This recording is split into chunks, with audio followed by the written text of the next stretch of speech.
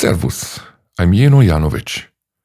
I spend my time directing, writing, producing film and theater plays.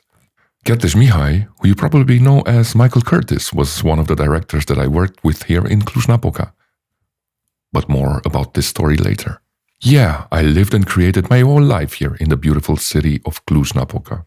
Quite an inspiring place for an artist. That's why I would like to take you on a walk through its streets and tell you some interesting stories you might find funny, unique and intriguing. Stories which maybe I will include in my next film. Let's start with the first story. We are in Unirii Square. I think you know this statue quite well, yes? Do you know who the guy on the horse is? No, it's not an Old Spice commercial. That guy is Matei Corvin, aka Matthias Corvinus. And I've got a story to tell you that I think would make a great comedy film.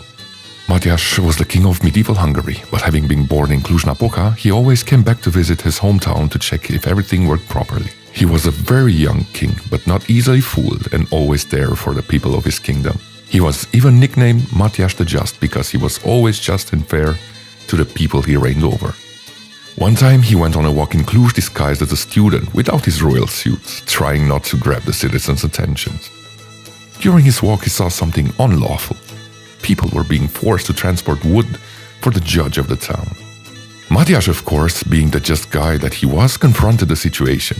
What do you think happened next?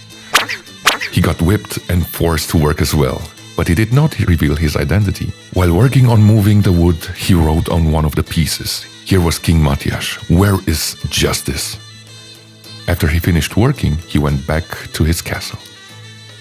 Lo and behold, the next day the king went back to town with his most trusted royal advisors. The judge was there, and so were the men who whipped him and put him to work, and they greeted him with great sumptuousness. Matthias simply asked him if the laws of labor exploitation are respected and enforced. The judge, without hesitation, probably said yes. It was at that moment Matthias sent his guard to look for the piece of wood on which he wrote while he was working. I think you can imagine the look on everybody's faces when the truth was revealed that Matthias the Just, the great king of Hungary, had been put to physical labor by these barbarians.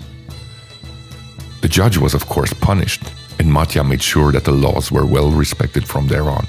So, what do you think about this story? Could it be the basis of a comedy movie? All the confusion and the absurdity can surely make for a great laugh. This is only the first story. Let's meet up at the next location to tell you a bit more about this amazing city.